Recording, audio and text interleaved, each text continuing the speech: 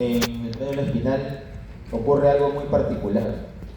Ustedes de repente ya han estudiado que cuando uno se refiere a la sustancia gris, inmediatamente en tu cabeza está, ¿qué cosa?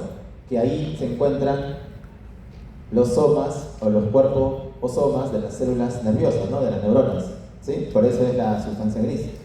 Y la sustancia blanca, más que todo, ¿qué contiene? Contiene los axones de estas neuronas. Pero ¿qué ocurre en la médula? En la médula, la sustancia blanca prácticamente está rodeando a esta estructura central, la cual va a contener las neuronas motoras, ¿no? Como ustedes pueden observar ahí, tenemos que se forman astas. Las astas anteriores, que son motoras, y las astas posteriores, que llevan la información sensitiva hacia la médula espinal, como pueden observar ahí. Y lo que rodea esta estructura vendrían a ser los cordones, ¿no? Tanto cordones anteriores, posteriores y laterales, que contienen prácticamente todos los axones que llevan información, tanto información sensitiva, propioceptiva, información álgica, información que vienen de centros motores, tanto piramidales como extrapiramidales. Este gráfico nos va a ayudar a poder visualizar cómo se encuentran distribuidas las neuronas motoras que inervan, por ejemplo, el miembro superior. Si ustedes observan en la figura, los músculos más proximales se encuentran más hacia la línea media, más hacia la región medial. En cambio, las que inervan los músculos más distales, tanto del miembro inferior como del miembro superior, se encuentran en motoneuronas más laterales, como pueden observar ahí. O sea, es una distribución siguiendo una distribución somatópica, ¿no? Igual, el miembro inferior, ¿sí? Esto es importante en cuanto a que si uno conoce cómo es esta distribución, también va a poder extrapolar cómo es que al afectarse parte de la médula, el paciente puede manifestar, por ejemplo, solo una afectación más distal de los miembros que proximal, ¿ya? Esta estructura va a contener entonces, como ya les había mencionado, núcleos motores, pero también vamos a ver que existen algunas otras neuronas que van a llevar información propioceptiva, pero también vamos a ver que existen, ¿no?, esta distribución. Los músculos que extienden tanto la extremidad superior como la inferior se encuentran más ventrales, ¿sí? En cambio, los músculos flexores, su distribución es más dorsal. Eso es para complementar lo que ya habíamos hablado de la distribución medial y lateral con respecto a la musculatura distal y proximal. Ahí en esa lámina, muy aparte de lo que ya habíamos mencionado, de la distribución de las neuronas dentro de las astas motoras, también podemos observar en azul y en rojo las vías. Las que nos van a interesar ahora son las que están en rojo, y sobre todo la vía piramidal, ¿no? Porque esta vía piramidal es la que va a llevar la información hacia la médula espinal sobre cualquier acto motor que uno quiera realizar. Y tenemos otras vías, aparte de la vía córtico-espinal, que también van a estar en relación o van a de alguna forma regular el movimiento. Y ahí, por ejemplo, en esa lámina está la vía tectoespinal, vestíbulo espinal, retículo espinal, rubro espinal, que son vías accesorias y que van también a tener un control sobre el movimiento, control motor, ¿ya? Solo para que observen cómo están distribuidos. Si ustedes ven, la vía córtico-espinal tiene dos porciones. Una, la córtico-espinal lateral, y la otra, la córtico-espinal, que se encuentra en la parte anterior. Ahora, La vía corticoespinal también tiene una distribución somatotópica, y observen ahí. Si ustedes observan, la S es de sacro, ¿ya? La C es cervical, torácico, lumbar y sacro.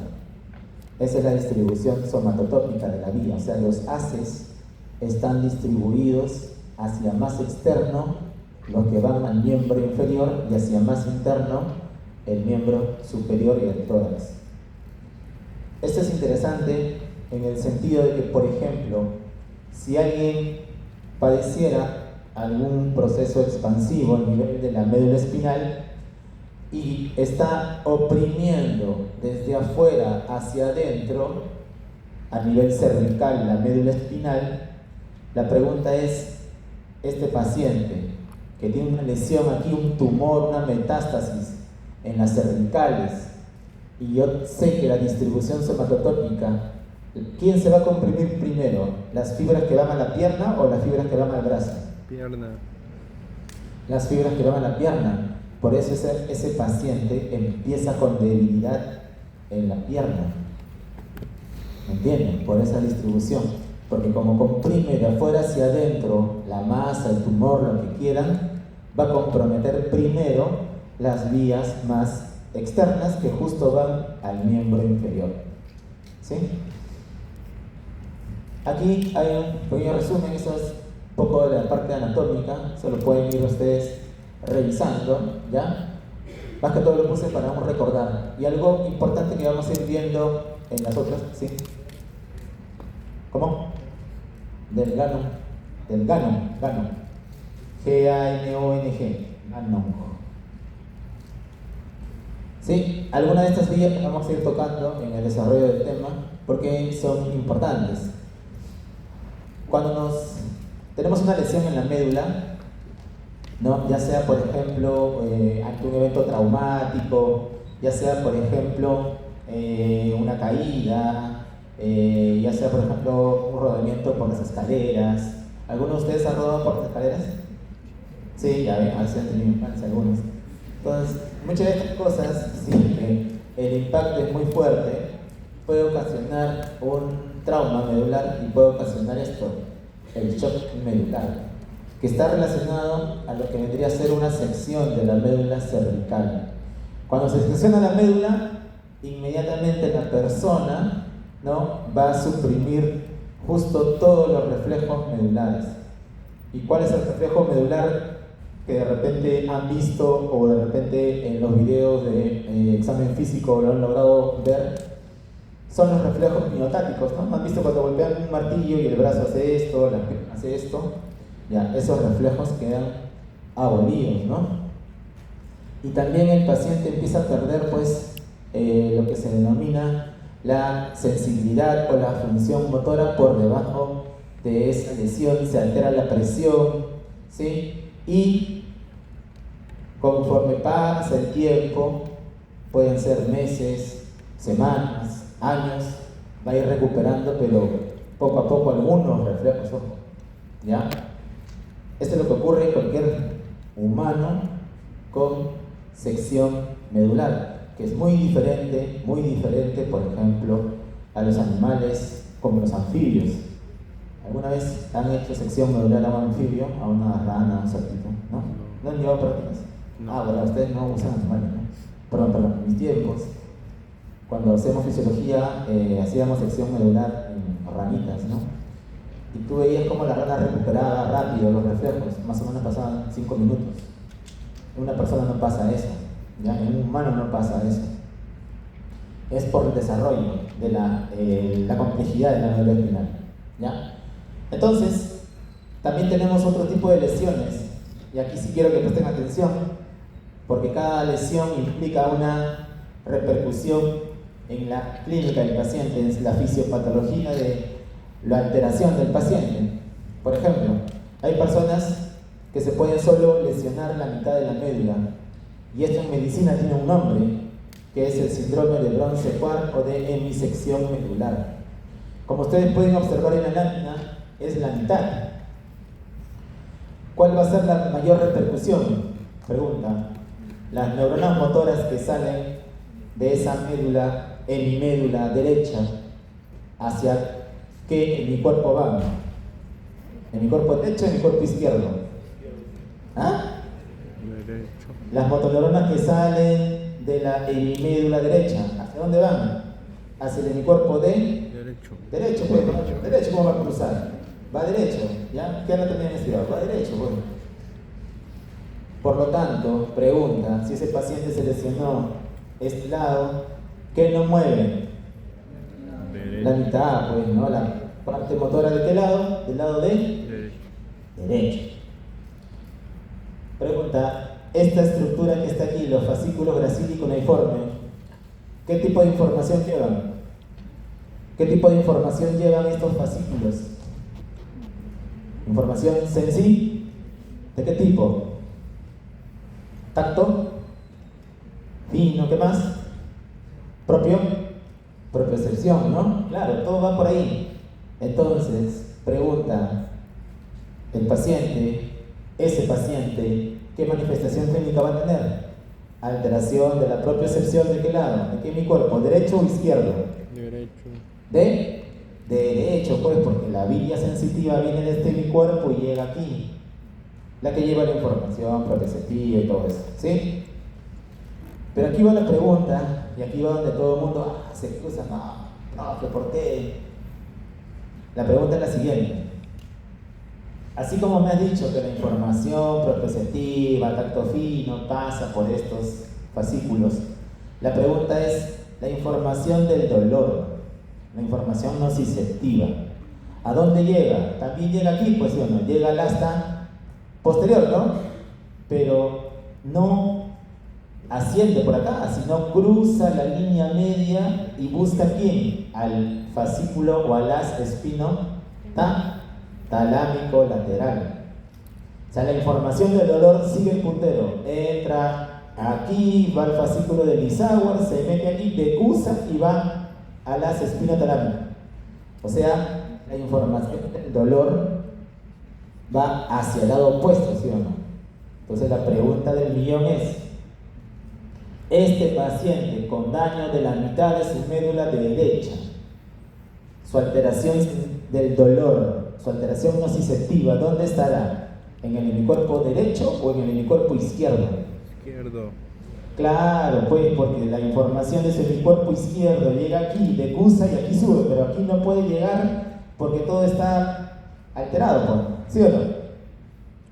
Ese es el típico síndrome de Brown-Sequard. Cuando ustedes lean ipsilateral, ¿qué quiere decir? Mismo lado. Ipsilateral. Y cuando vean contralateral, es lado opuesto. ¿Ya?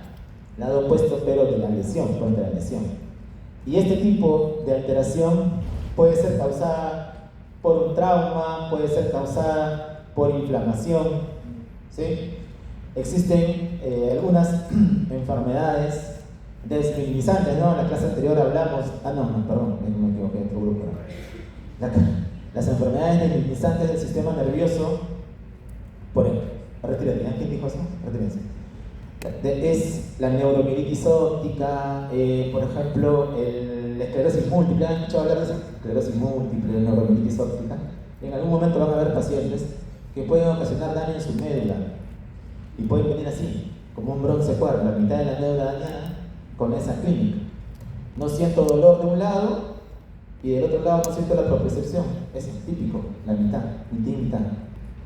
Y no muevo pues del lado derecho, ¿ya? El otro síndrome, a ver, ahí sí, vamos a resaltar juntos, ¿ya? Síndrome medular central. Pregunta, hace rato te dije, ¿qué pasa por el centro? La vía del dolor. Este paciente, por lo tanto, su manifestación va a ser una alteración en la vía del dolor, pues.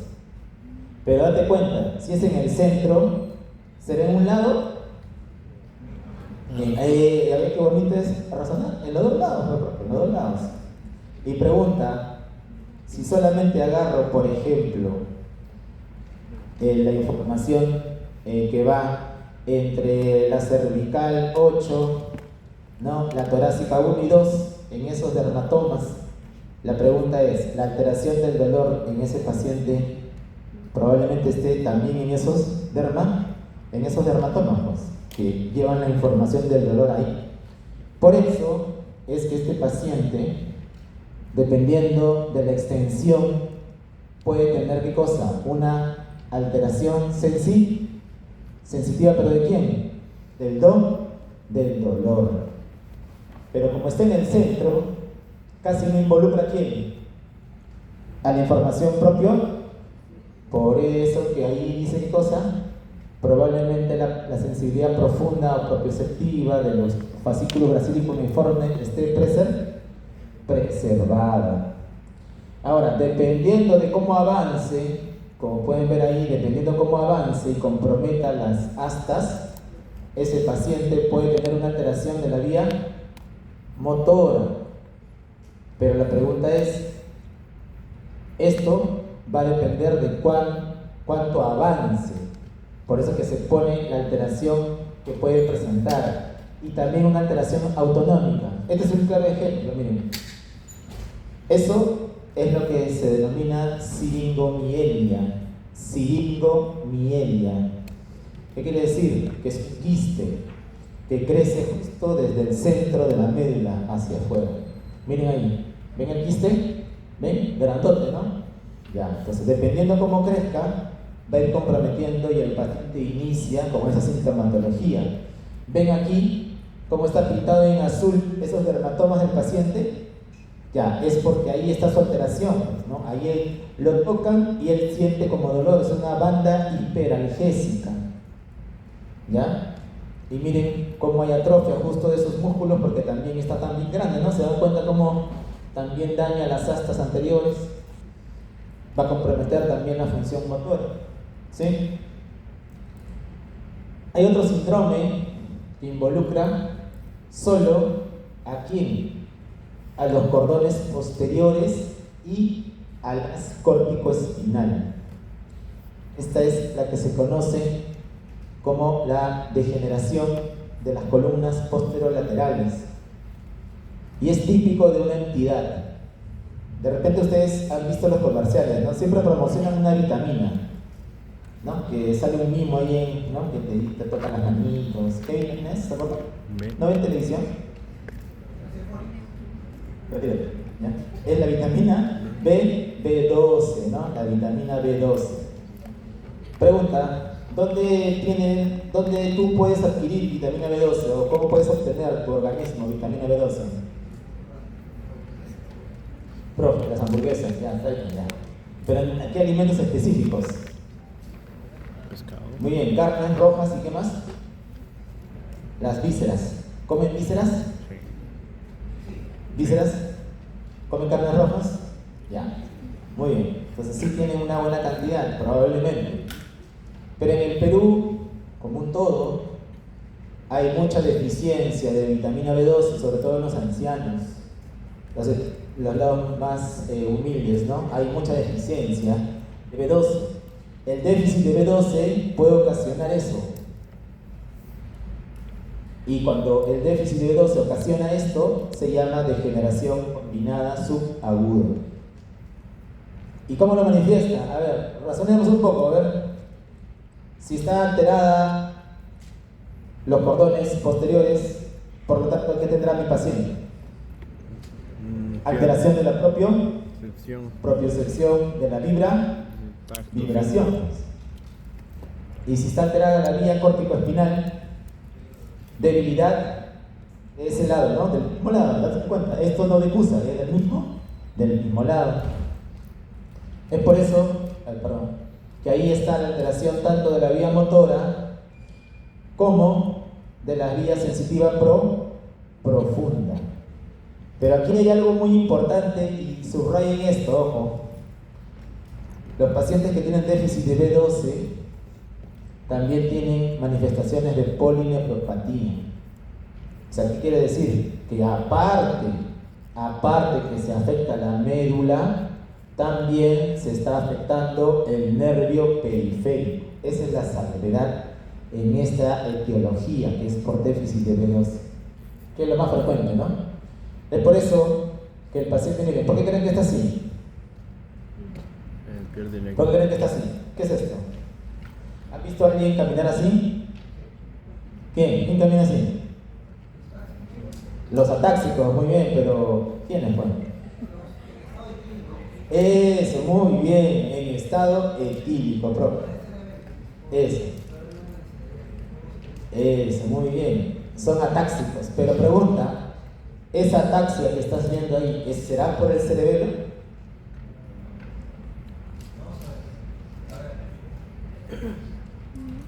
A ver, ¿qué dicen ustedes?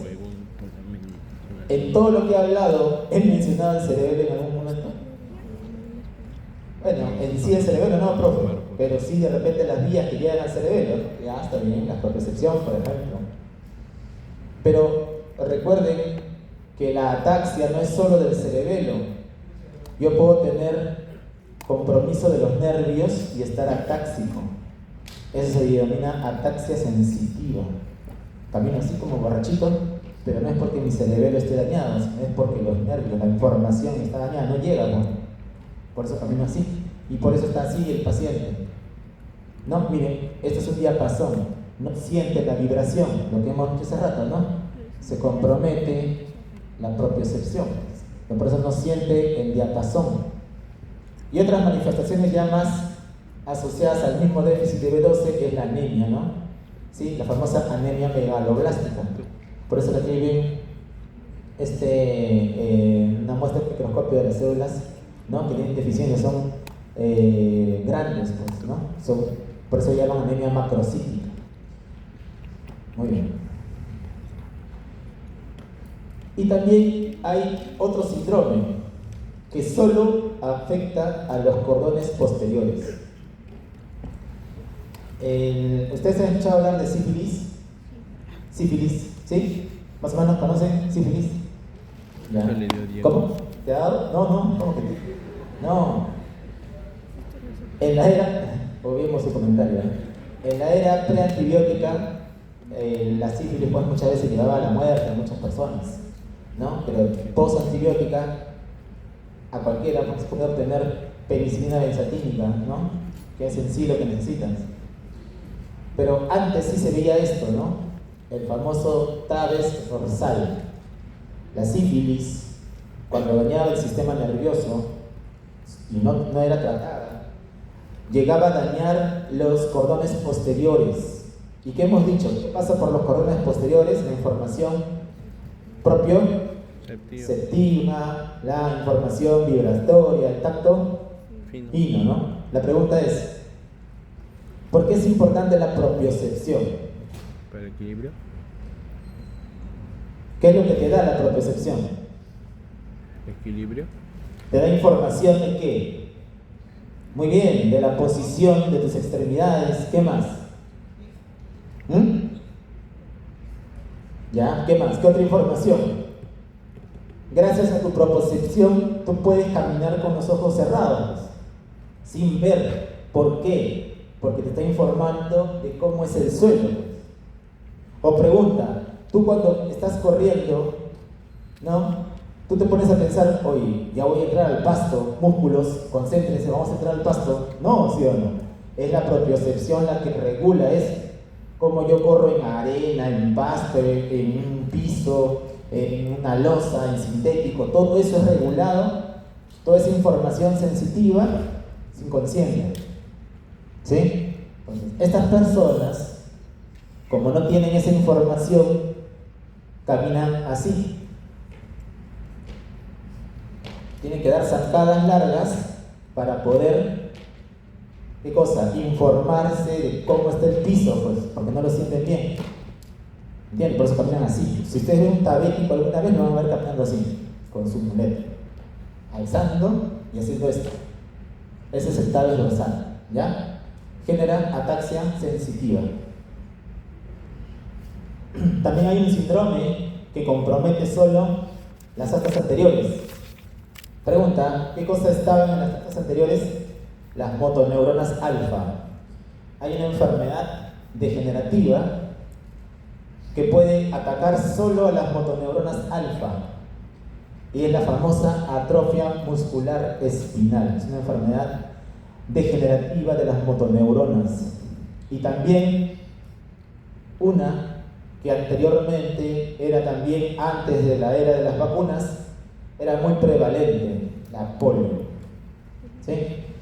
Estas dos entidades pueden causar afectación solo de esta región, de las astas anteriores. Y la manifestación será, netamente de la vía motora. ¿Sí? Por eso que acá te ponen que la vía sensitiva está conservada. Este es un síndrome vascular. La médula espinal tiene doble irrigación, ¿no? Si ustedes ven ahí, hay una arteria espinal anterior y una arteria espinal posterior. La anterior va a irrigar toda esta zona. Entonces la pregunta es, si te infartas porque se tapó este vasito, todo lo que irriga el vaso, vas a empezar a perder la función. Y por lo tanto, ¿qué estás perdiendo ahí? Función motora y función sensitiva. ¿Pero qué es sensitiva? ¿De qué? ¿Del dolor? Eso pues, del dolor, ¿no? Porque no afecta al otro, pues la propriocepción es otra irrigación, va por otra arteria. Y por eso son las manifestaciones. Hay paraparesia o cuadriparesia, con pérdida de la sensibilidad termoalgésica, ¿ves? Sensibilidad del dolor, sensibilidad de la temperatura. Eso es lo que pierde. Y hay una conservación de la sensibilidad vibratoria, ¿no? Muy bien. Entonces hasta ahí hemos hablado de la médula, algunas alteraciones, tanto traumáticas, infecciosas, estructurales, de la médula espinal y cómo repercute en la clínica. Si se dan cuenta, para uno saber cómo afecta a la clínica, tienes que saber anatomía, pues dónde están metidos, ¿no? Eso, con eso sale todo. ¿Ya? Esta otra parte ya involucra cómo la médula va de alguna forma a ser el centro de, digamos de alguna forma, el centro de integración de reflejos, ¿no? Y uno de esos tantos reflejos que vamos a ver es el reflejo miotático. El reflejo miotático es cuando tú has visto que se golpea con ese martillito, ¿no? De reflejos. Cuando tú golpeas con el martillo, lo que haces es excitar este uso muscular que estoy señalando, que está en rojo dentro de la figura. Y el uso muscular se encuentra en las fibras intrafusales del músculo esquelético. Ojo, el músculo esquelético tiene dos tipos de fibras. Unas fibras extrafusales, que son las que originan movimiento. Cada vez que tú haces este movimiento, ¿qué cosa involucra? Fibras extrafusales. Pero cuando te golpean con el martillito, solo estimulan a las fibras intrafusales, que es donde se encuentra el uso muscular, que es un receptor. Ojo, el uso muscular es un receptor. Y es un receptor de información sensitiva, ¿ya? Ahora, este uso muscular puede tener dos formas, ¿no? Esto está en Guyton, por si acaso. Es en forma de bolsa nuclear o en forma de cadena nuclear. Ambos se encuentran en las fibras intrafusales. Y estos son los que median el reflejo de estiramiento. Ahora, para entenderlo, vamos a ir en esta lámina. Observen. Con el martillo percutes, este es el tendón del bíceps. Al percutirlo, estiras el uso muscular.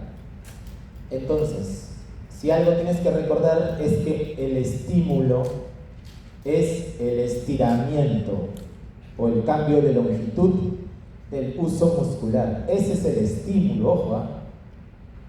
Y cuando se estira el uso muscular, la información sensitiva viaja, llega a la médula espinal, y en la médula espinal hay una sinapsis hacia una motoneurona que está en verde, y eso es lo que hace el reflejo.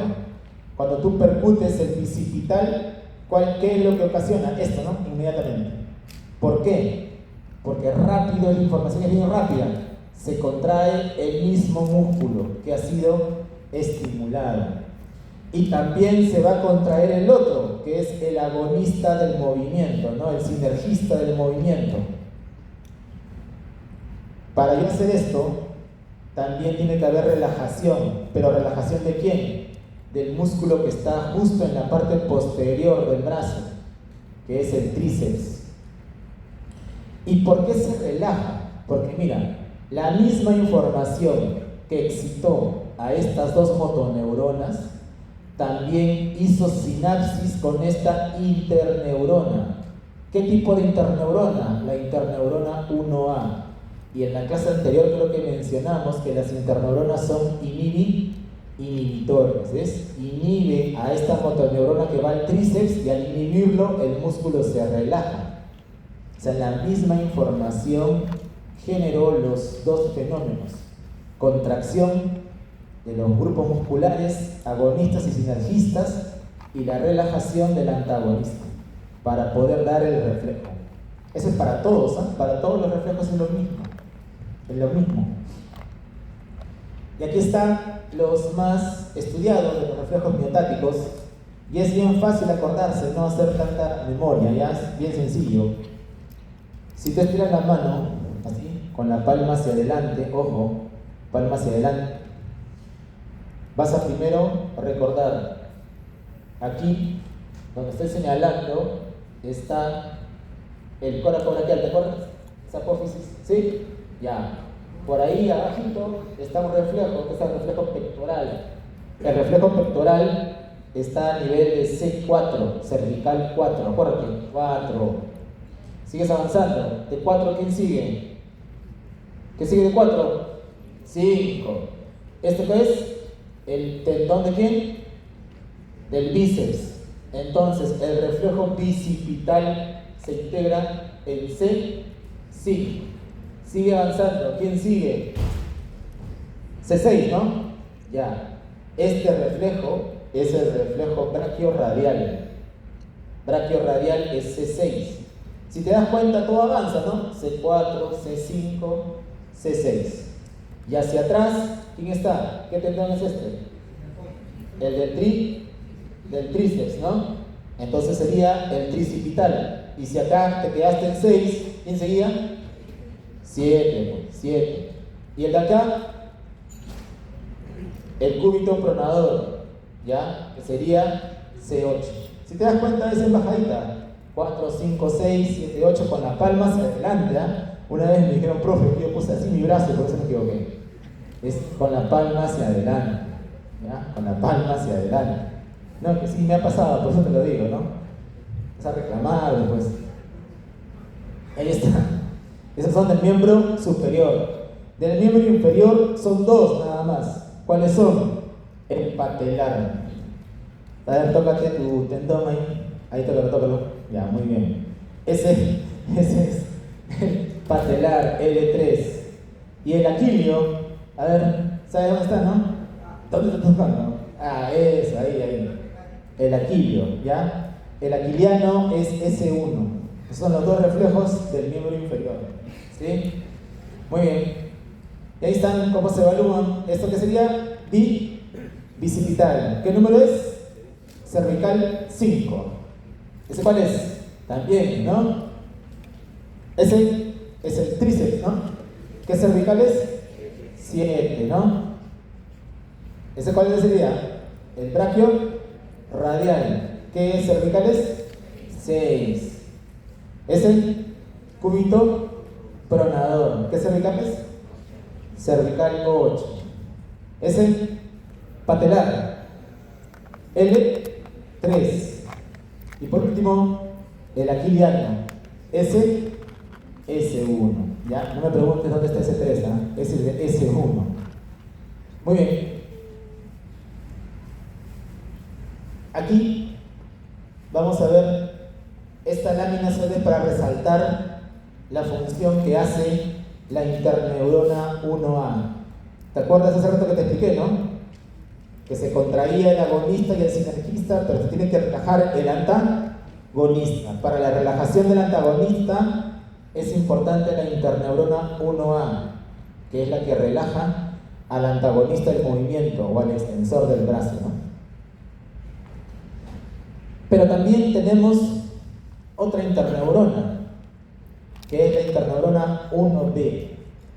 La interneurona 1B regula otro tipo de reflejo. ¿Cómo te dije que se llamaba el reflejo que habíamos estudiado hace un momento? El reflejo miotático, ya. Este de aquí es el reflejo miotático inverso. Reflejo miotático inverso. ¿Y cuál es el receptor que se estimula? El receptor que se estimula es el órgano tendinoso de Golgi. Ese es el receptor, el órgano tendinoso de Golgi. Y es bien fácil este reflejo. ¿Alguna vez han ido al gimnasio? Sí, ¿no? Ustedes paran ahí. Algunos, ¿no? Levantan sus 5 kilos todos los días. Muy bien. Pregunta, ¿en algún momento te has querido lucir, sí o no? Sí. ¿Ya has querido levantar más peso del que puedes? Pregunta, ¿qué es lo que hace? Lo sueltas, ¿sí o no? ¿No? Estás ahí y lo sueltas. ¿Tú crees que lo has soltado porque has querido? Niño. Al contrario, tú querías levantarlo, ¿no? Estaba la chica que te gustaba y te quedaste ahí, ¿no? Ya. El reflejo miotático inverso es protector. Es el que impide que se desgarren los tendones. Si no, imagínate, ¿no? Cuánto ya estaría con el bíceps remangado, ¿no? Claro, porque si tú quisieras, estarías intentándolo, pero no, pues el órgano tendinoso reacciona ¿a qué? A la tensión. Ese es el estímulo, es la tensión. Y es por eso que cuando se excita, lo que hace inmediatamente es llevar la información sensitiva y al toque estimular una interneurona 1B que media inhibición del músculo que se está contrayendo. Por eso que lo suelta. El músculo que se está contrayendo se relaja por este reflejo. Por eso que uno lo suelta. ¿Ya? Y ahí está el reflejo, ¿ven? Ahí está tu pesita de 5 kilos, lo suelta. No, nadie puede tener un peso ahí por mucho tiempo, ¿sí o no? Así te diga que vas a probar el curso, cargando 20 kilos una hora ahí, no vas a poder, lo vas a soltar. ¿No? Tu órgano tendinoso de Golgi te va a fallar y lo vas a soltar. ¿Ya? Ese es el famoso reflejo miotático inverso. ¿Ya? No se olviden, ¿no? Ahora, hay otro reflejo que también se integra en la médula espinal, que es el reflejo de flexión en retirada, asociado también al flexo extensor cruzado, que es el mismo reflejo, pero hacia el otro lado. ¿Cómo es esto? Es bien fácil de ejemplificar. ¿Alguna vez has ido a la playa, sí o no? ¿No? Lo primero que haces es correr hacia el mar, ¿sí? Y a veces te ha pasado que mientras que estás entrando por la ola que te gusta, pisaste una conchita, pisaste un erizo, un vidrio que alguien dejó por ahí. Y pregunta, cuando tú pisas el erizo de mar o ese vidrio, ¿qué haces? ¿Sigues corriendo? No. Ni bien, ya, aparte de tu grito, ¿qué más haces? ¿Ah? Ya, aparte de sobarte, ¿qué haces? Ni bien, ¿haces esto? ¿Así esto? ¿Así estás? ¿Sí o no? ¿Nunca te ha pasado? ¿Nunca? Mira, haz la prueba. Llega a tu casa, tira chinches en el piso, tira a tu hermano que entre descalzo para que veas que te refleja. ¿Ya? Eso es el flexo extensor cruzado. Su estímulo es el dolor. Ojo, es el dolor. Mira, estoy diciendo los estímulos. No están ahí, creo, pero te estoy diciendo. Es el dolor. La vía del dolor necesariamente tiene su nociceptor. Y ahí está, mira. El nociceptor lleva la información álgica. La información álgica inmediatamente hace sinapsis por interneuronas y lo que hacen es inmediatamente contraer al flexor y relajar al extensor. Es por eso que cuando tú, por ejemplo, estás buscando algo, ¿no? Ahí donde tu mamá guarda los hilos, estás buscando ahí, ay, te hincas y haces esto, ¿no? ¿Nunca te ha pasado? ¿Nunca te has hincado con una aguja? O en Anato, ¿no? Cuando te ponían los alfileres y no te avisaban, estabas sin cabecita y chapabas un órgano y ¿no? ¿Cuál es la reacción? ¿No es esta? Esa reacción es el reflejo de flexión en retirada. Por eso se llama flexión en retirada. Y lo mismo pasa en la pierna, es igualito. Ese brinco que das es porque se flexionó la pierna que pisó el erizo. ¿Y qué pasa? Mira, la misma información de que usa la línea media pasa hacia el otro lado y provoca ¿qué cosa? Contracción del extensor. Es por eso que el acto es pisas y estás así. Y lo mismo pasa en la mano. Si tú grabas a alguien tocando una tetera caliente, vas a ver que toca, es inmediata, ¿no? Muy bien. Y hay una interneurona muy importante que quizás te mencioné, creo, en la clase pasada, que hablamos de los transmisores. ¿Te acuerdas? Cuando hablamos de glicina, a ver, recuerda, glicina, que proviene de la serina, es un aminoácido excitador o inhibidor. Inhibidor porque habla de un canal de cloro, ¿no? Muy parecido al GABA, son casi hermanos, ¿no? GABA y glicina, porque abre un canal de cloro. Ya, ahí está la interneurona de Renshaw. Esta es media inhibición. Ojo, media inhibición. Pero, ¿qué cosa regula? Mira, esta es una motoneurona. La misma motoneurona lanza una prolongación hacia la interneurona. O sea, mira, se forma un circuito entre ellas dos. Y ese circuito es para controlar la información de la motoneurona. Si ese circuito no estaría funcionando bien, si yo te digo, por ejemplo, pásame la billetera, tú irías y harías esto. ¿Por qué? Porque no se regularía la fuerza. Este es un circuito de inhibición.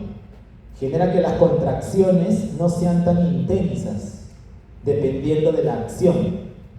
Y es por eso que cuando se afectan, hay una entidad que ejemplifica eso. ¿Cuál era?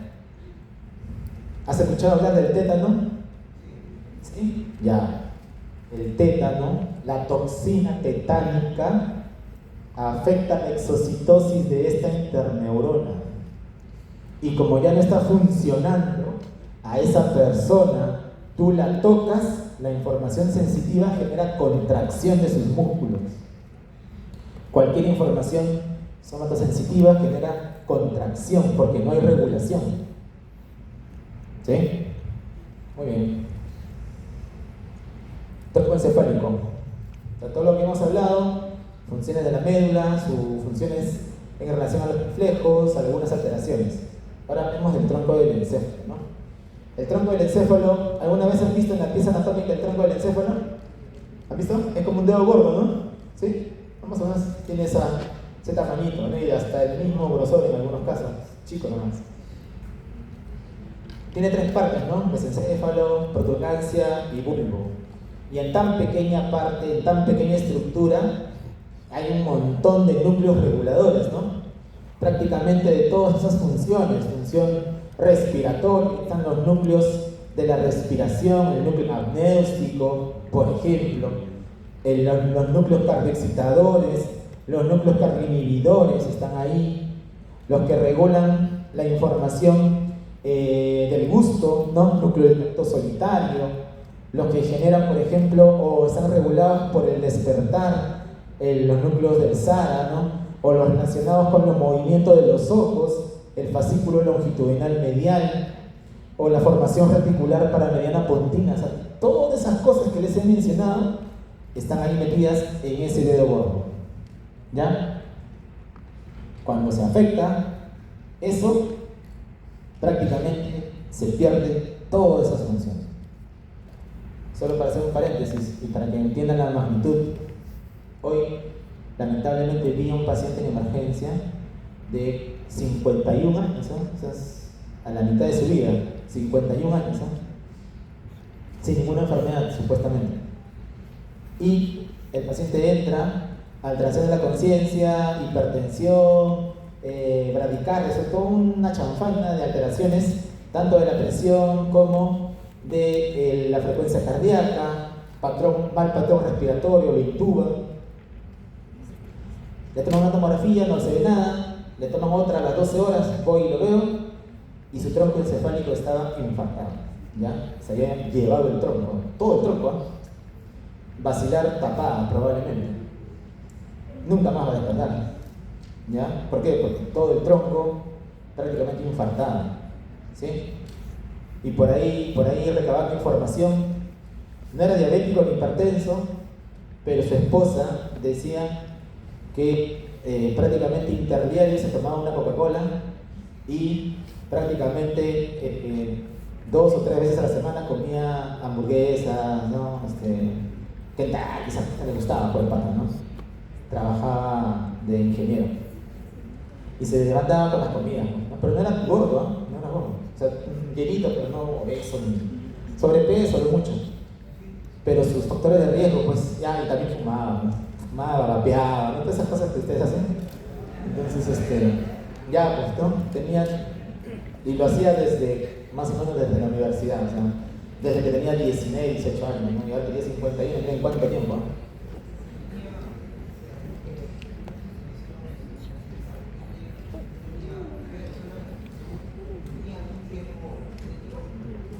El paciente ahorita en análisis solo alteración de los lípidos por la ingesta, ¿no? Y sí tiene rango de prediabetes, ¿no? Es prediabético, porque tomaba su Coca-Cola, ¿no? O sea, interdiario. Imagínate cuánta carga de azúcar, ¿no? En Quejein, aquí no hacemos ni siquiera para las enfermedades más comunes. Imagínate para alguien que solo entra por un infarto. Es pedir mucho, ¿no? Es pedir mucho.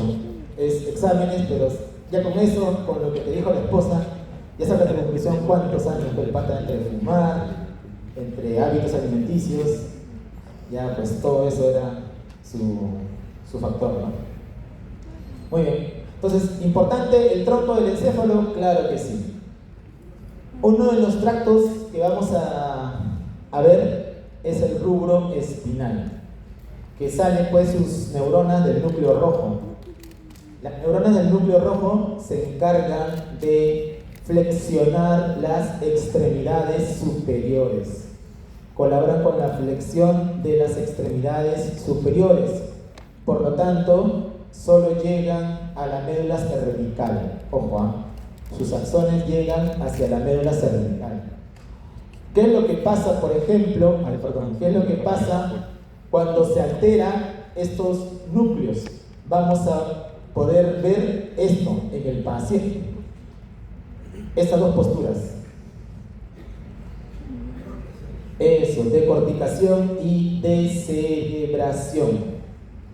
La postura del decorticado es porque las fibras que nacen del núcleo rojo están intactas.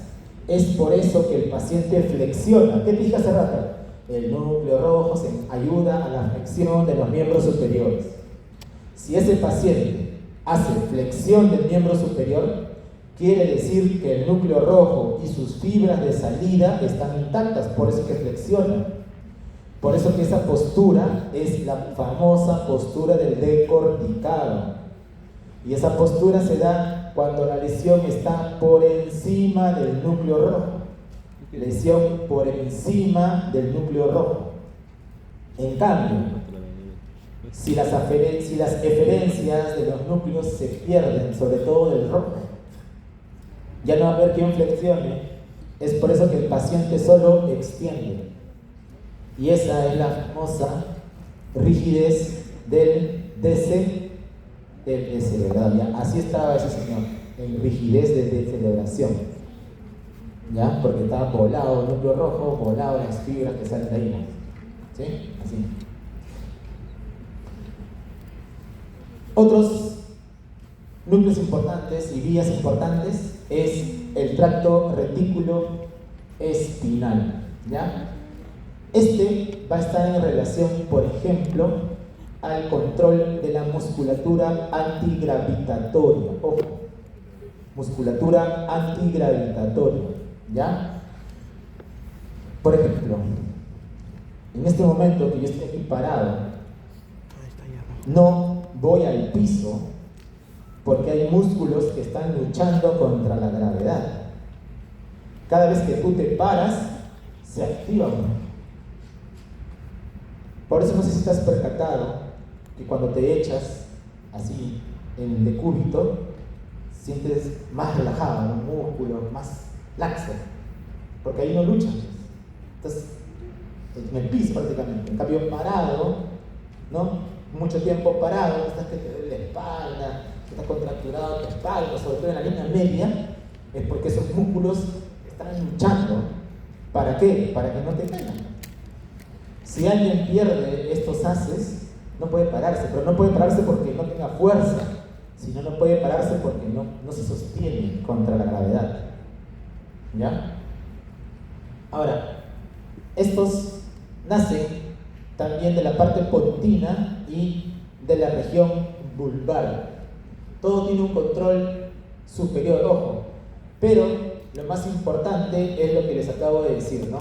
El control tanto a nivel pontino sobre la acción de los extensores y a nivel vulvar sobre la acción de los flexores, ¿no? Esa es la división que se hace solo por la ubicación de las neuronas del haz retículo espinal. El otro, el vestibular. El vestibular es importante, ¿por qué? Porque va a informar al sistema nervioso de la posición de tu cabeza con respecto al tronco. Es por eso que tú puedes estar realizando muchas cosas cambiando la posición de tu cabeza. ¿No te has percatado? ¿Sí? ¿Alguno de ustedes hace natación? ¿O está aprendiendo natación? ¿Se han percatado cuando su cabeza entra en el agua, cuando están haciendo sus primeros giros? ¿No se sienten como pierden el equilibrio? Claro, es porque la posición de la cabeza no está estática. Hasta que se acostumbren a eso, pasa un periodo. Pero es porque sus núcleos recién están percatándose de esos cambios en el medio acuático.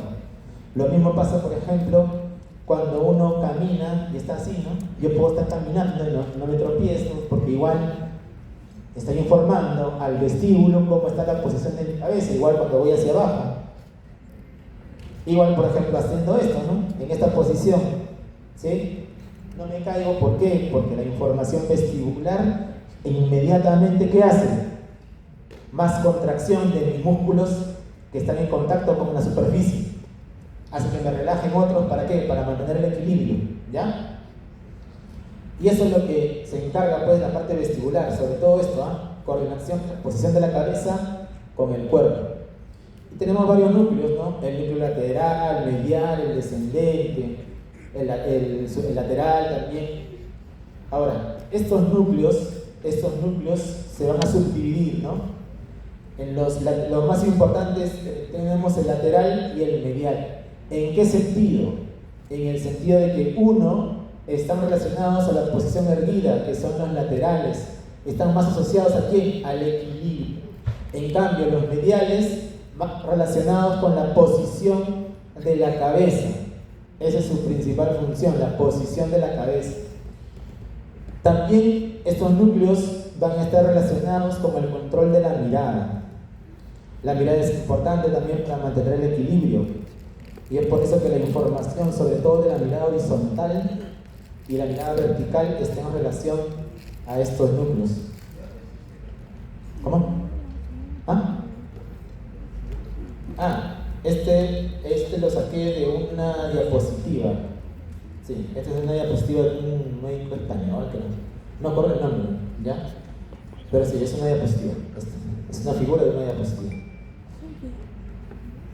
El tracto tectoespinal es el que se encuentra a nivel, no sé si se acordarán, mesencéfalo, los tubérculos cuadrigéminos. Mesencéfalo, tubérculos cuadrigéminos, ya. De ahí nacen estas fibras, sobre todo relacionadas con ¿quién? con el control visual y con la audición, ¿no? ¿Se acuerdan? El folículo superior, folículo inferior, ya, ahí está, esa relación, ¿vale? En relación a qué? Al control del movimiento de los ojos, ¿no? De alguna forma también informa sobre el cambio de posición de la cabeza y los ojos.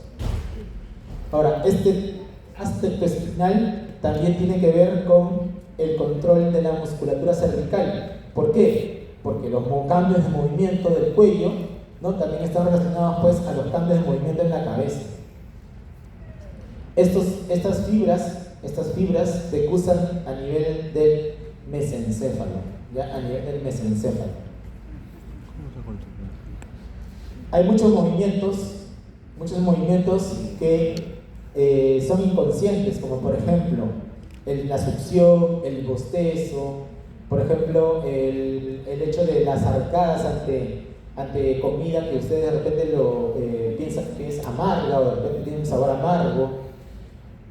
Y esto es un ejemplo, no sé si habrán escuchado hablar de la anencefalia, ¿sí? Ya los que nacen anencefálicos, como claro, un defecto del tubo neural, ¿no? No tienen corteza prácticamente, pero sí tienen ¿qué cosa? Tronco. Y con el tronco, muchos que los que han nacido todavía pueden succionarlos. ¿Por qué? Porque esos movimientos están ahí, postesan. ¿Por qué? Porque esos movimientos estereotipados se pueden integrar solo con una estructura como el tronco encefálico. Y es un claro ejemplo de la función del tronco en esos movimientos. Cerebelo. Por ahí alguien habló que el cerebelo era muy importante para el equilibrio, ¿sí? Pero no solo el equilibrio, sino la planificación también. Cuando uno planifica el siguiente movimiento, ese es el cerebelo.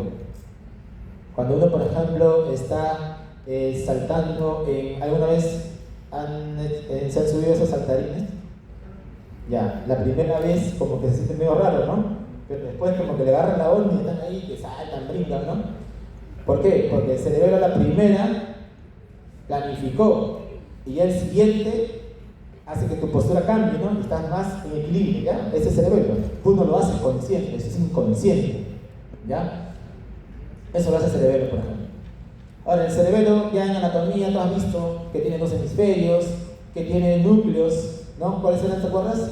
El núcleo del fastigio, el globoso, el hemoniforme y el interpósito, ¿no? El dentado también está por ahí. Pero también tenía una estructura que se asemejaba a un gusano, ¿no? ¿Recuerdas? Y por eso que le denominaban como el vermis, ¿no? El vermis cerebroso, por la forma de gusano que tiene. Y en el vermis tú tenías el famoso árbol de la vida, ¿no? ¿Te acuerdas de la mnemotecnia? No sé si hasta ahora la usarán, pero en mis tiempos la usábamos. Lima, la ciudad cubierta de flores, ¿te acuerdas? Cubierta de flores, ¿no? Y así salía todo. ¿Ah? ¿Cómo? ¿Granada? Bueno, ha cambiado, ¿no? Pero en mis tiempos te hablo, pues eran 2000, ¿no? Ahora ya habrán inventado otras cosas. Ahora, el cerebelo, ojo, se pensaba. Tablas para saber de química. P, D. ¿Recuerdas? Nada recuerdo. No, eso es lo que tú has sentido que está medio pesado el cuerpo, es por la contracción de los músculos antagonistas de la gravedad. Porque al momento que saltas, para que no te caigas también tienes que contraer, después estás medio duro, cuando bajas, medio duro, ¿no? Hasta que se relaja nuevamente a tu nueva posición. Tú vuelves a tu posición y ya se va relajando nuevamente. Pero no es lo mismo luchar con la gravedad mientras te saltas y luchar con la gravedad solo parado, ¿no? Bueno, dentro de las funciones del cerebelo, muy importante para la actividad muscular, para correr, escribir, tocar, conversar, hasta para conversar. ¿Por qué? ¿Por qué crees que es importante para conversar? ¿Ah? ¿Qué movimiento? ¿Pero qué músculo usas, pues? Eso, muy bien, lo dijo una de sus compañeras, la lengua. ¿Sí? La lengua es importante, pues es por eso que si el paciente tiene una alteración del cerebelo que involucra la lengua, va a empezar a hablar, hola, ¿cómo estás? Porque su lengua no puede, no corrija. A la silabea, dice, hola doctor, ¿no has escuchado hablar a alguien así? Hola doctor, ¿cómo está? Ya, ese tipo de habla es un habla escándida, ¿no? Es un silabeo típico del paciente alcohólico crónico, ¿no? Por eso que silabea, porque tiene una alteración crónica en el cerebelo, ¿ya? También el cerebelo, muy importante para una adecuada contracción de los músculos agonistas y antagonistas del movimiento. Ojo, es por eso que cuando alguien tiene una afectación del cerebelo, tiene lo que se denomina ataxia de extremidades. ¿Y cómo se manifiesta? Al momento que hacen este movimiento, normalmente es como lo estoy haciendo. El atáxico está así. ¿Por qué? Porque está así. Porque está luchando, hay una incoordinación entre el músculo agonista del movimiento y el antagonista. Los dos se quieren contraer a la vez. Y por eso que llevan el brazo de esta manera, porque no se coordinan. ¿Quién coordina el cerebro? Pues si falla ya nadie coordina y está así el brazo, balanceándose de un lado a otro para llegar a un objetivo. Igual la pierna, así, no puede, ¿sí? Y también, salud, y también planifica el siguiente movimiento. Ojo, y eso es lo que te decía, ¿no? En el salterín, el primer movimiento es medio torpe, ahí hasta que un pie salta, ¿no?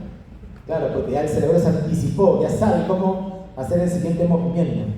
Lo mismo pasa en natación, ¿no? Al inicio te ahogas varias veces, pero después ya te salen todos los estilos, ¿no? Hasta el estilo nutria te sale, ¿no? Y con tus piedritas ahí nada, ¿no? Muy bien. La corteza cerebral y el cerebelo prácticamente están en constante coordinación de estas funciones, ¿ya? Ahora, muchas de las vías cerebelosas, ojo, hacen doble sinapsis. Es por eso que una lesión del cerebelo trae como consecuencia alteración del mismo lado. Si yo, por ejemplo, me infarto del hemisferio cerebroso del lado derecho, la manifestación atáxica está en el lado derecho. Ojo, derecho.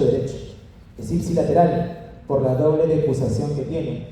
El cerebelo también tiene que ver con el aprendizaje motor, ojo, aprendizaje motor. ¿Qué aprendizaje? Aprender a escribir, aprender a cortar, aprender a montar bicicleta, ¿sí? Son cosas que nunca se olvidan, ¿no? Ahora, el cerebelo como estructura tiene, por ejemplo, una neurona importante que es la célula de Purkinje. La célula de Purkinje es una neurona GABAérgica, ojo, es GABAérgica inhibitoria, ¿ya? Es la que se va a encargar del control. Se va a encargar del control. Ahora, el cerebelo, las alteraciones, ya sabes, ¿no? La ataxia cerebelosa, acá dibujado el trayecto de su mano, y también va a haber una incapacidad para realizar movimientos alternantes.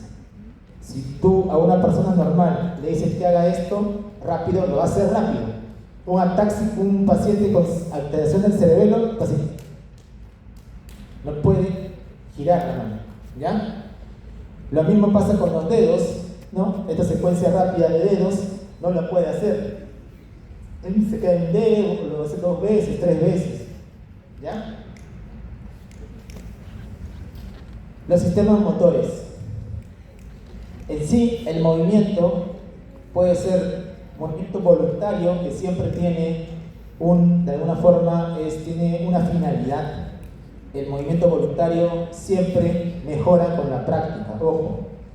Es por eso que si tú comparas de repente tus primeros trazados, tus primeros dibujos que pintaste, con los que pintaste de repente en primaria son muy diferentes. ¿Por qué? Porque van mejorando. De la misma manera como, por ejemplo, bailas o como, por ejemplo, realizas ciertas coreografías también. Conforme lo practicas, mejoras, ¿sí o no? Al inicio estás medio duro, pero después te sale todo, ¿no? La de Ashevaya también, ¿sí?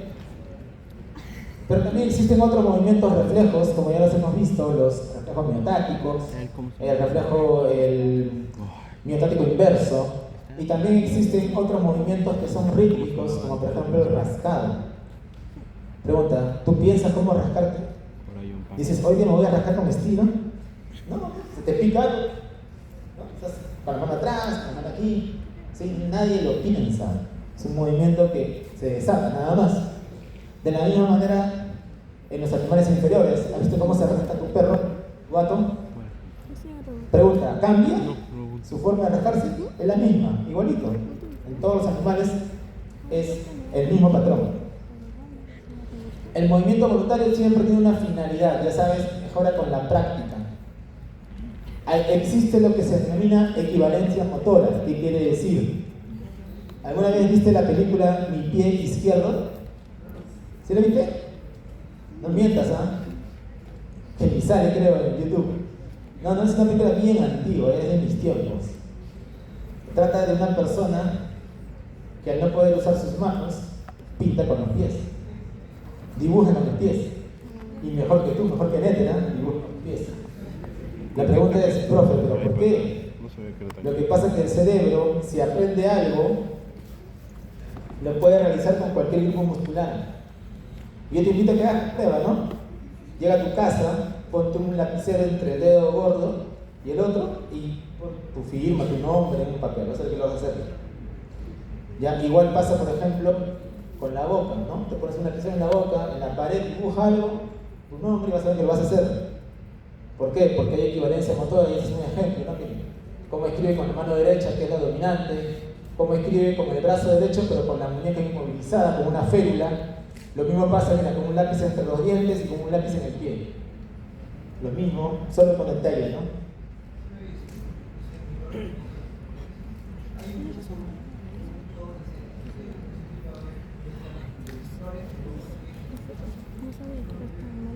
Lo mismo, ¿no? Es casi parecido. ¿Ya? El ejemplo, ¿ya?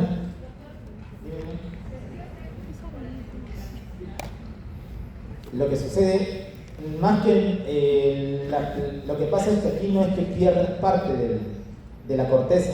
O sea, tu corteza es intacta. Lo que has perdido de repente, imagínate que tú eres una buena pintora, pero te explotó una granada en la mano derecha. Y encima tu mano izquierda te la amputaron.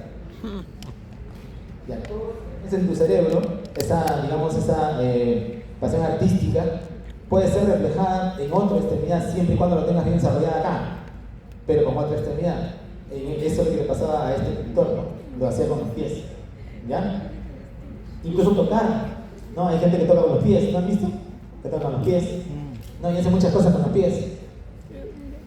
Las interneuronas, como ya te había mencionado, en la función motora, sobre todo, van a tener una función inhibitoria en la médula espinal. Son muy numerosas y van a estar localizadas en la sustancia gris, sobre todo medular, ¿ya? Ahora, ¿cómo es el control superior? Mira, todo lo que de repente hemos ido hablando, médula, tronco, los reflejos, el cerebelo, el control superior está a través de la corteza cerebral, ¿no? La corteza cerebral, sobre todo el área motora primaria, ¿no? ¿Qué número es el área motora? ¿Te acuerdas? ¿Qué área es? Área 4, muy bien, el área 4 de Brodmann, ¿no?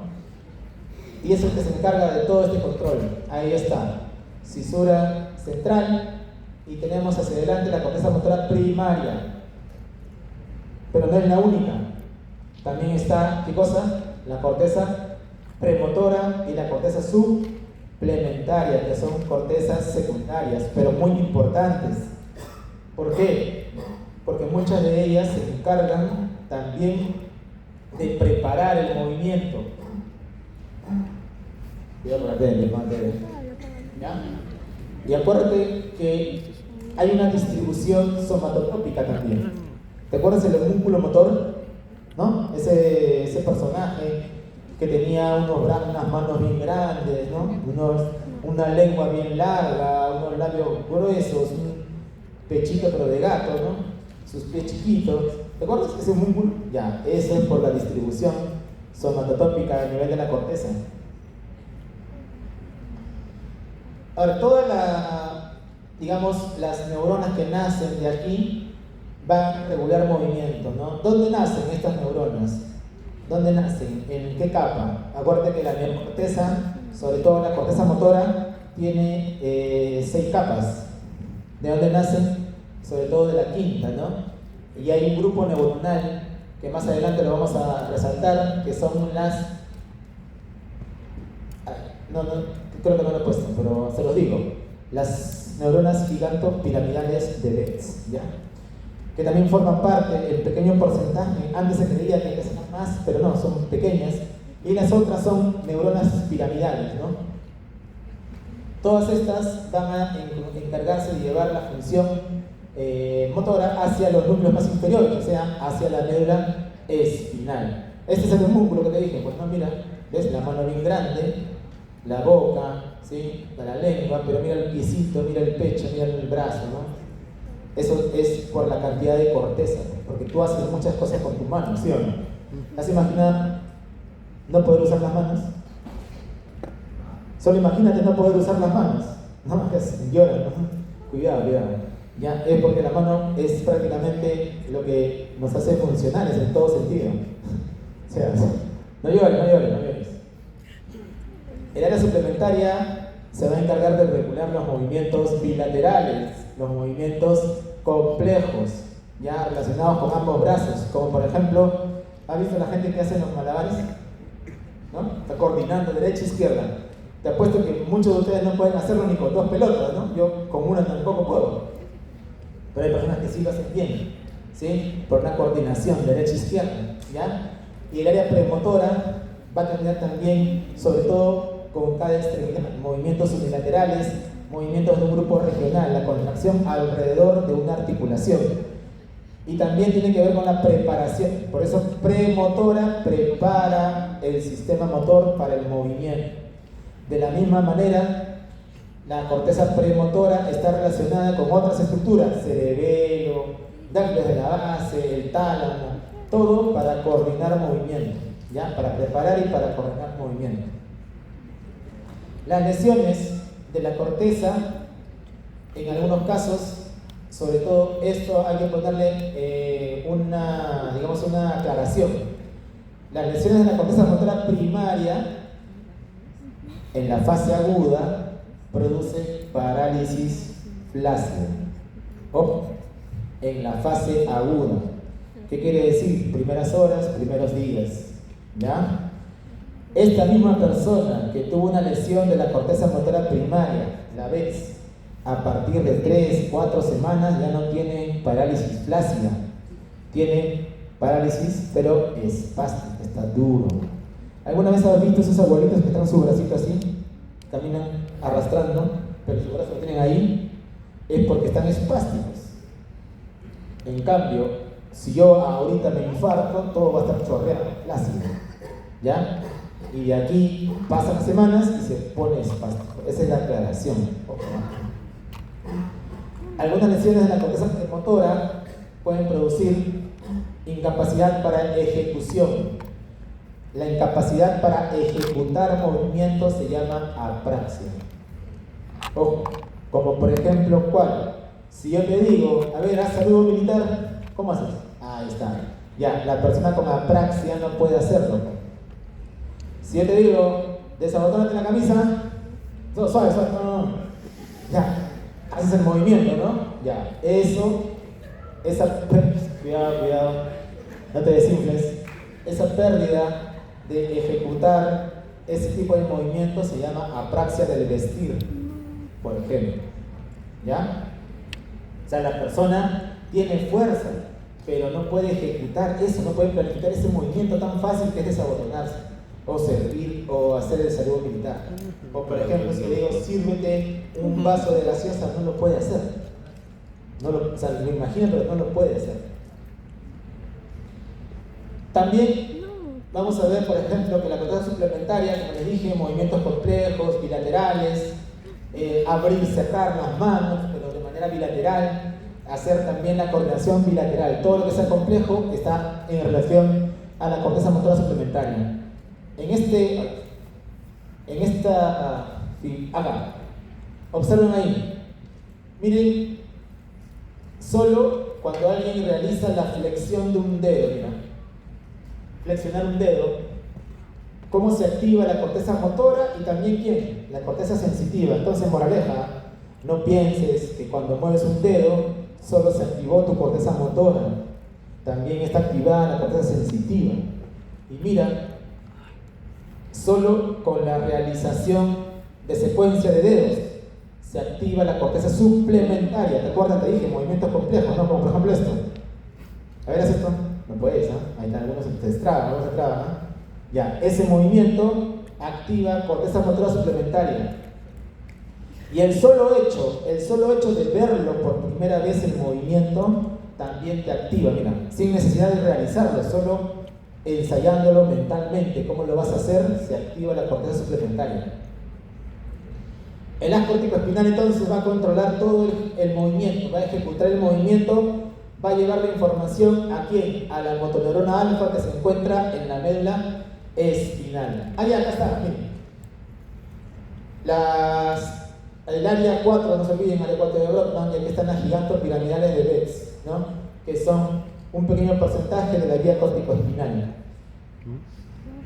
El haz corticoespinal puede decusar la mayor cantidad de fibras, casi el 85%, donde decusa en las pirámides vulvares, ¿no? Por eso se llama haz piramidal o vía piramidal también, por la decusación. Y otra parte va ipsilateral, no decusa. Otra estructura relacionada con el control del movimiento son los núcleos de la base, los ganglios de la base. ¿Por qué se llaman así? El nombre correcto no sería ganglio, sino núcleo, ¿ya? Se los he puesto para que tengan en consideración. ¿Por qué? Porque un ganglio es más relacionado al sistema nervioso periférico. En cambio, núcleo es la mejor palabra para definirlos. Y están todos ellos, mira, caudado, el núcleo que le gusta a los chicos, el putamen, el globo pálido, el núcleo subtalámico, la sustancia nigra, ¿no? Son todos los núcleos de la base. Todos, su alteración va a producir alteración del movimiento, o sea, movimientos involuntarios, ojo. Cuando alguien tiene un infarto, una desmovilización, cualquier cosa que afecte a alguno de estos núcleos va a empezar con movimiento involuntario. Hay dos grandes grupos, ¿no? El caudado y el putamen, que van casi de la mano, y el globo pálido y la sustancia negra, ¿ya? Es la mayor entrada de información hacia los núcleos y la mayor salida es a través del pálido y a través de la sustancia negra. Estos dos grandes grupos van a encargarse de muchos movimientos que tú has realizado y es por eso que están relacionados con la memoria procedimental. ¿Qué quiere decir memoria procedimental? Esa memoria que guardas, por ejemplo, de montar bicicleta. Esa memoria que guardas, por ejemplo, de usar tu patineta. O esa memoria que guardas de cuando estudiaste esgrima, ¿no? Ya, todo eso queda guardado ahí. ¿Ya? Si alguno de ustedes hizo ballet o de repente gimnasia artística, ya, todos esos movimientos que aprendieron en algún momento quedan grabados ahí. ¿Ya? A la próxima te vas. Mentira. También, ¿sabes? Un pecado. Uno de esos circuitos es el circuito del putamen, ¿ya? Este circuito va a encargarse sobre todo de la ejecución de patrones que uno ha ido aprendiendo y ahí tiene que ver con quién, con la memoria procedimental. En cambio, el otro circuito, que es el circuito del caudado, no está el caudado, ya el circuito del caudado, ahí está. El circuito del caudado, más que todo, es planificación cognitiva, de control, por ejemplo, de movimientos secuenciales. ¿Y por qué les he puesto eso? Pregunta, cuando tú te sientes amenazado, ¿lo piensas dos veces? Si yo, por ejemplo, ahorita digo, abran la puerta y entra un león, ¿qué haces? ¿Te quedas sentado escuchando la clase? No, sales corriendo, no, tú pasas a tu compañero para que se lo coma el primero y tú te vas, ¿sí o no? Ya, pregunta, ¿eso lo has aprendido? ¿Tu papá te soltaba el león para que aprendas a correrte? No. Entonces, una reacción, ya. Todos esos movimientos reactivos, secuenciales, están ahí pues en este circuito. Ahora, existen algunas alteraciones. Por ejemplo, ¿ha visto esta persona? ¿Ves cómo tiene contorsionadas las manos, la boca? ¿Has visto? Ya, esos movimientos tipo contorsión de grupos musculares se denomina atetosis, y la atetosis está en relación a una alteración del globo pálido, por ejemplo. Otra alteración, la de aquí, no se nota ahí porque era un video, era el pasado, ya no lo encontré, pero el paciente tenía esto. Pregunta, ¿qué parece? ¿Han visto las Olimpiadas? ¿Qué parece? ¿Ah? Jabalina, retírate, ¿eh? ¿Qué parece? Lanzamiento de bala. Por eso se llama balismo. Ese movimiento se llama balismo. Y si es de la mitad del cuerpo, se llama hemibalismo. ¿Ya? Ese señor tenía balismo. ¿Por una alteración de quién? A nivel del núcleo subtalámico. ¿Sí? El de aquí abajo, el movimiento se llama corea. ¿Por qué corea? Porque parece una coreografía. De ahí viene la palabra, pues, coreografía. Es un baile. Ese paciente parece que estuviera bailando. Y de verdad, si tú ves a alguien con corea, lo vas a ver así. ¿Y por qué hace eso? Porque no controla movimiento. O sea, el movimiento no está controlado y por eso que hay movimiento involuntario. La única forma de que deje de moverse es cuando se duerme. Se duerme y no se mueve. Es la única forma. Por eso que la corea de Huntington, como dice su compañero, en un primer momento le denominaron el mal del baile de San Vito. Porque la gente que residía en San Vito tenía, pues, es una enfermedad que se transmite. Si los padres tienen, los hijos, la prole va a seguir transmitiendo el gen. ¿Ya? Por eso que las familias están al sur de Lima, ¿no? En Cañete y Capisca están las familias que tienen estas alteraciones de la corea de Huntington. ¿Ya? Aquí en el Perú al menos, ¿no? Y el otro, ¿te acuerdas de este personaje? ¿Quién es? ¿Qué película? Claro, Volver al Futuro, ¿no? Al menos tienen cultura cinematográfica. Claro. Volver al Futuro, ¿ya? ¿Por qué lo he puesto? Porque él desarrolló una enfermedad que es la enfermedad de Parkinson. La enfermedad de Parkinson, creo que les comenté en la clase anterior, ¿no? El paciente que camina encorvado, cantocórnea, y encima camina lento, como magnetizado, y encima su manito está ahí, ¿no? Está ahí, como contando monedas, ¿no? Hay otros choferes que dicen, pasaje con sencillo y arbolito. Están así. Por eso le llaman el conteo de monedas. ¿Ya? Muy bien. Listo, esta es la primera. 5 minutos, ¿ah? Tomen orine, vuelven.